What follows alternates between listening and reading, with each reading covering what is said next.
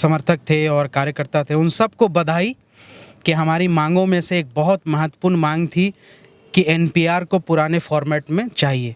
उसको सरकार ने उस मांग को मान लिया और बहुत चुपके बिना कोई शोर शराबा किए ही जो है उसको मान लिया गया। ये देखिए दैनिक भास्कर के ये रिपोर्ट 21 अगस्त की ये रिपोर्ट है, जिसमें दैनिक भास्कर लिखता है कि सरकार ने एनपीआर का जो फॉर्मेट, जो हम कह रहे थे कि आप नए फॉर्मेट को ना करके बल्कि 2010 का ही फॉर्मेट करेंगे, सरकार ने उसी को पारित कर दिया। और अब जो जितने भी विवादित सवाल थे उसमें एनआरसी से रिलेटेड, वो सारे विवादित सवालों को हटा दिया रही है। मान लीजिए कि ठीक है वो शाहीन बाग आते होंगे या फिर ऐसे बहुत सारे लोग आते जाते थे, अब आपने बीजेपी में शामिल किया तो आपने देशद्रोहियों को कैसे शामिल कर लिया? क्या वॉशिंग मशीन है भारतीय जनता पार्टी? आप तो कह रहे थे शाहीन बाग आंदोलन के लोग सब देशद्रोही है, तो आपने उनको शामिल कर लिया तो आप देशद्रोही नहीं रहे। यानी भाजपा एक बहुत ही घटिया किस्म की मानसिकता की पार्टी है। उसके यहाँ हर चोर, डाकू, उचक्का, बलात्कारी आकर के वॉशिंग मशीन में साफ हो जाता है। नमस्कार दोस्तों, मैं सोनू सिंह और आप लोग देख रहे हैं DS4 न्यूज़। आज हमारे साथ जाने माने चेहरे हैं, मुझे बताने की जरूरत नहीं पड़ेगी। मैं अपने कैमरे से गुजारिश करूंगा कि एक बार इनका फेस दिखा दे। और ये है शोएब जमई जी, जो कि लगातार सोशल मीडिया पे ट्रेंड होते रहते हैं और इलेक्ट्रॉनिक मीडिया पे भी ट्रेंड करते रहते हैं, क्योंकि इनका मुद्दा ही ऐसा होता है। और जिस शो में जाते हैं, मानिए एक समा सा बच जाता है, क्योंकि एक ही ऐसे वक्ता जाते हैं जो कि मुंहतोड़ जवाब देने वाले होते हैं। शोएब जमई जी और शाहीन बाग समिति के एक प्रवक्ता के तौर पर भी जाने जाते हैं और इनसे जानने की कोशिश करेंगे, क्योंकि शाहीन बाग का जो मैटर था लगातार पिछले 3-4 महीनों से चलता रहा। और वहाँ की जो महिलाओं ने जो समा बांध दिया था, मानो पूरे देश में एक मैसेज सा चला गया था कि शाहीन बाग की महिलाओं ने जो काम किया है वो देश में दिखाने लायक है, बताने लायक है। मैं आपको बताना चाहूंगा, मैं ऐसा इसलिए कह रहा हूं क्योंकि सरकार ने उनकी बातों को मान लिया है। भले ही कोई इलेक्ट्रॉनिक मीडिया ना दिखा रहा हो, लेकिन हम आपको इस बात से रूबरू कराना चाह रहे हैं। और आज इस सब तमाम मुद्दों पर बातचीत करने के लिए हमारे साथ शोएब जमई जी हैं। आज इनसे जानने की कोशिश करते हैं। सर, जो शाहीन बाग का जो मैटर था, जिसको देखते हुए भारतीय जनता पार्टी ने जो मुद्दा बनाया था और जिसको देखते हुए चुनाव में प्रचार भी किया जा रहा था, दिल्ली चुनाव को देखते हुए काफ़ी जगह दंगे भी भड़काए गए, क्या लग रहा है आपको कि भारत सरकार ने या फिर बीजेपी की सरकार ने वो मांगे जो है आपको चुपके से कर दिया है? क्या लगता है आपको? सबसे पहले तो मैं शाहीन बाग आंदोलन के हमारे तमाम आंदोलनकारी और पूरे देश में हमारा समर्थन करने वाले सभी एंटी-सीए, एनपीआर के जो समर्थक थे और कार्यकर्ता थे, उन सबको बधाई कि हमारी मांगों में से एक बहुत महत्वपूर्ण मांग थी कि एनपीआर को पुराने फॉर्मेट में चाहिए। उसको सरकार ने उस मांग को मान लिया और बहुत चुपके बिना कोई शोर शराबा किए ही जो है उसको मान लिया गया। ये देखिए दैनिक भास्कर के ये रिपोर्ट 21 अगस्त की ये रिपोर्ट है, जिसमें दैनिक भास्कर लिखता है कि सरकार ने एनपीआर का जो फॉर्मेट, जो हम कह रहे थे कि आप नए फॉर्मेट को ना करके बल्कि 2010 का ही फॉर्मेट करेंगे, सरकार ने उसी को पारित कर दिया। और अब जो जितने भी विवादित सवाल थे उसमें एनआरसी से रिलेटेड, वो सारे विवादित सवालों को हटा दिया गया। हालांकि ये फैसला भी बड़ा सियासी है। ये इसलिए है क्योंकि सरकार को पता है कि आने वाले वक्त में बिहार विधानसभा के इलेक्शन हैं और बंगाल विधानसभा के इलेक्शन हैं। इन दोनों जगहों पर जो है एनआरसी, एनपीआर का विरोध बहुत ज़बरदस्त तरीके से हुआ था। और शाहीन बाग आंदोलन की एक टीम लेकर के मैं गया था कलकत्ता, और हमने वहाँ पे 2 लाख, मैं समझता हूँ कि जितने हमने भाषण दिए, जितनी जगह हमारी रैलियाँ हुई, उनमें से सबसे बड़ी रैली कलकत्ता की थी, जिसमें शोएब जमई और हमारी दादी ने, शाहीन बाग की दादी ने 2.5 लाख के मजमे में हमने वहाँ पे वो काम किया था। और उसको सरकार को पता है कि बहुत ज़बरदस्त विरोध है। अगर अभी भी ये एनपीआर और एनआरसी का मुद्दा हल नहीं होता तो आने वाले बिहार विधानसभा और बंगाल विधानसभा में उनको बहुत नुकसान होता है। चाहे मसला सियासी था या कुछ भी था, लेकिन सरकार ने ये चीज़ कर के शाहीन बाग आंदोलन के जो आंदोलनकारी हैं उनकी मांगों को पूरा किया। और इस मांग का पूरा करना इस बात को जस्टिफाई करता है कि हमारा आंदोलन बिल्कुल संवैधानिक था और न्यायपूर्ण था। जो लोग हम पे इल्ज़ाम लगाते थे, शोएब जमई पे इल्ज़ाम लगाते थे कि आप लोग देश विरोधी काम कर रहे हैं, क्यों ये कर रहे हैं, मजाक उड़ाते थे लोग कि एनपीआर तो हुआ नहीं, एनआरसी हुआ नहीं, फला हुआ ढिमकाना। तो भैया जब हुआ नहीं तो क्यों सरकार ने यहाँ से चुपके फॉर्मेट बदल दिया? बताओ। मतलब ये बेवकूफ़ बनाते हैं लोगों को। सरकार को भी पता। अच्छा आप बताइए कि जब से हम लोगों ने आंदोलन की कमान संभाली और जितने हमारे साथियों ने इसी जामिया से शुरू हुआ यहाँ से, आप बताइए सरकार ने क्या पार्लियामेंट में आकर के नहीं कहा कि अब हम एनआरसी नहीं करने जा रहे हैं, और जब करेंगे तो सबसे कब कहेंगे? हुआ नहीं हुआ? ये दबाव का असर था। उसके बाद सीए पारित हुए, लगभग यहाँ से 9 महीने से ज़्यादा हो गया। बताइए सीए लागू हुआ क्या अभी तक? बिल्कुल लागू नहीं हुआ। और सीए तो अभी स्टैंडिंग कमेटी में भी पारित नहीं हुई है। वो तो छोड़िए, जिस सीए के बुनियाद पर पाकिस्तानी शरणार्थियों को मदद की बात कर रहे थे, उनको नागरिकता तो छोड़िए। अभी 3 दिन पहले मैं उनके शरणार्थी कैंप में गया था, उनके कैंप में अभी तक बिजली और पानी तक नहीं है। ये सरकार बेवकूफ़ बनाती है, इस देश के हिंदुओं को बेवकूफ़ बना रही है। क्या किया आपने पाकिस्तानी शरणार्थियों के लिए? और जो हमारी मांग थी, हम तो सीए से प्रॉब्लम नहीं थी, सीए रखिए आप, लेकिन सीए रहते हुए आप एनआरसी और एनपीआर उस फॉर्मेट में नहीं कर सकते थे।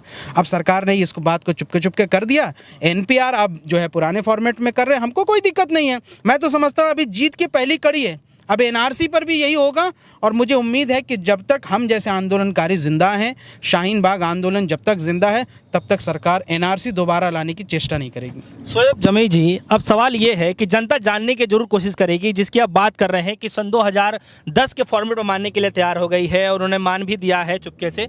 अब सवाल ये उठ रहा है कि जनता पूछेगी जरूर कि सन 2010 वाला जो है वो क्या है, और जो सरकार ने माना है, जो आप लोगों की मांगे थी क्या, और सरकार ने उस चीज़ों को माना कैसे? क्या मुद्दा क्या था टोटल? मुद्दा ये था कि देखिए, एक बार तो फिर मैं दिखा दूं, ये दैनिक भास्कर की रिपोर्ट है 21 अगस्त की, जिसमें साफ तौर पर लिखा है कि सरकार ने यू टर्न ले लिया और एनपीआर को पुराने फॉर्मेट में ला दिया। ठीक है, अब मैं बता दूं, 2010 में जो यूपीए सरकार में जो एनपीआर आया था, उसमें कोई भी सवाल ऐसा नहीं था जो एनआरसी के फॉर्मेट से लिया गया था। वो जनरल सवालात थे जो जनगणना में भी काम आते हैं, किसी को कोई दिक्कत नहीं थी। जो नया 2019 में जो नोटिफिकेशन जारी किया था सरकार ने नए एनपीआर के लिए, उसमें ये था कि जो आसाम में जो एनआरसी हुई, उस एनआरसी में जो सवालात पूछे गए थे कि 1972 में आपका क्या था, 1972 के डॉक्यूमेंट्स के हिसाब से आपके फादर का जन्म स्थान कहाँ था, क्या नहीं था, और क्या उसकी डेट ऑफ बर्थ थी। मैं पूछ रहा हूँ, अमित शाह अपने पिताजी का डेट ऑफ बर्थ सही से बता पाएंगे क्या? मोदी जी अपने पिताजी का डेट ऑफ बर्थ और सही से बता पाएंगे? नहीं बता पाएंगे।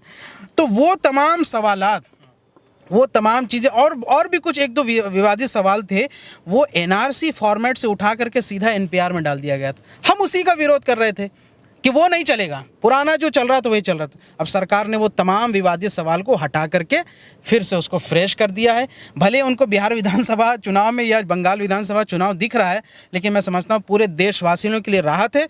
और मुझे लगता है पूरे देश की 130 करोड़ जनता, हमारे दलित भाई, चाहे वो जितने भी किसान हो, गरीब आदमी हो या फिर आदिवासी हो, उन सब को शाहीन बाग के आंदोलनकारियों को शुक्रिया अदा करना चाहिए था कि इस आंदोलन की वजह ऐसी बुनियाद बनी कि सरकार को पीछे हटना पड़ा। अब किसी देश में किसी को अपनी नागरिकता साबित करने का बोझ नहीं होगा। जो इस देश में है वो भारतीय है, ठीक है ना।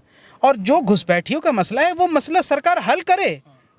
1-2 लाख घुसपैठियों का मसला हल करने के लिए आप पूरे देश को जो है यहाँ से लाइनों में खड़ा नहीं कर सकते। इसका अधिकार किसी भी सरकार को नहीं दिया जाएगा। लेकिन शोएब जमी जी, अब सवाल ये उठ रहा है कि सीएए और एनआरसी के खिलाफ फिर से बड़ा जन आंदोलन होगा, ऐसा महमूद पर्चा जी कह रहे हैं। आपको क्या लग रहा है?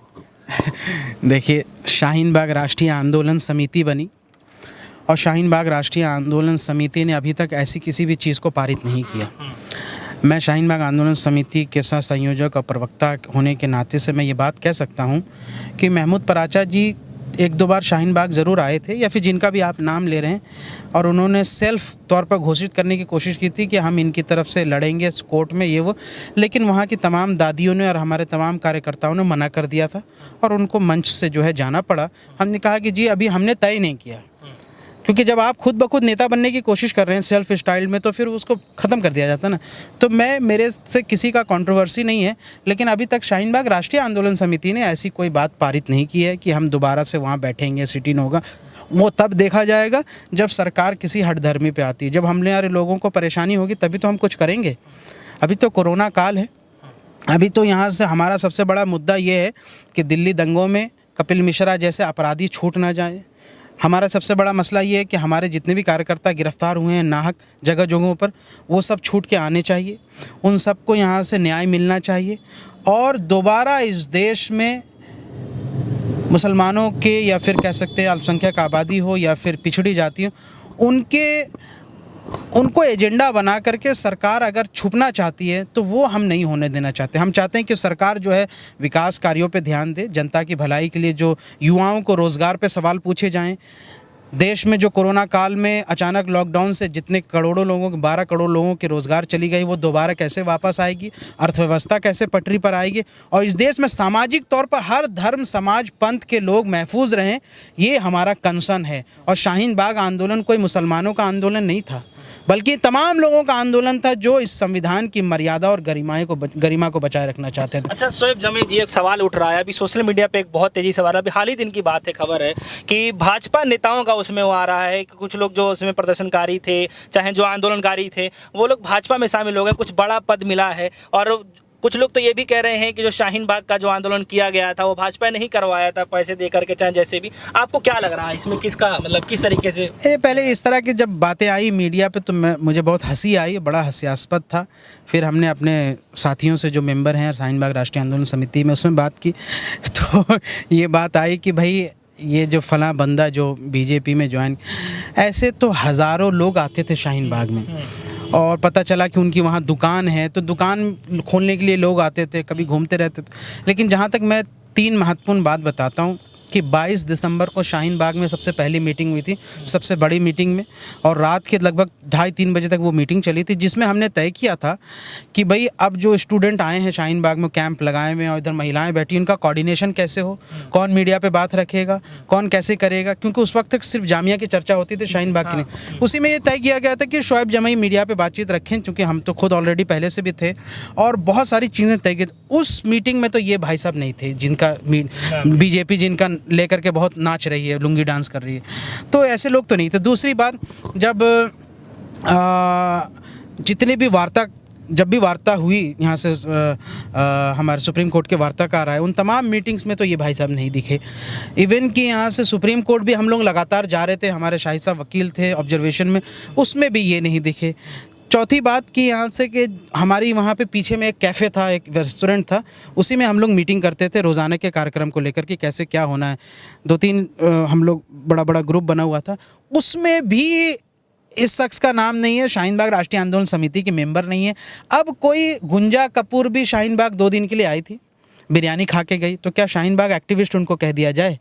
मैं तो समझता हूँ कि ये सब तो फ्रॉड और ब्लफ किया गया, और ये सरकार खुद सवालों के घेरे में गिर रही है। मान लीजिए कि ठीक है वो शाहीन बाग आते होंगे या फिर ऐसे बहुत सारे लोग आते जाते थे, अब आपने बीजेपी में शामिल कर, तो आपने देशद्रोहियों को कैसे शामिल कर लिया? क्या वॉशिंग मशीन है भारतीय जनता पार्टी? आप तो कह रहे थे शाहीन बाग आंदोलन के लोग सब देशद्रोही है, तो आपने उनको शामिल कर लिया, तो आप देशद्रोही नहीं रहे।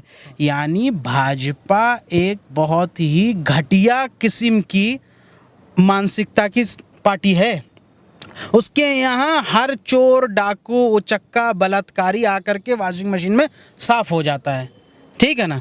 तो भैया यहाँ से आप बता दो, आपके लिए तो हम लोग यहाँ से बिल्कुल देश विरोधी काम कर रहे हैं, और अगर देश विरोधी काम नहीं कर रहे तो आकर के बता दीजिए ना कि हम लोग देश जो है यहाँ से जोड़ने का काम कर रहे थे और हम लोग सही काम कर रहे थे। जाहिर सी बात है कि आपने हमारी बात मान ली शाहीन बाग की, तो आपने तो हमारी बात इसलिए मानी ताकि हम अच्छा काम कर रहे थे, तभी ना। सुप्रीम कोर्ट ने कभी नहीं कहा कि शाहीन बाग कोई गैर संवैधानिक है, मैं तो सुप्रीम कोर्ट में मौजूद। तो इस तरह की ये लुंगी डांस करने दीजिए, उससे कोई फ़र्क नहीं पड़ेगा। जो हिंदू लोग जितने भी बीजेपी के जो सपोर्टर्स हैं, उनको सवाल पूछना चाहिए बीजेपी से कि आपने शाहीन बाग के लोगों को अपने साथ कैसे ले लिया।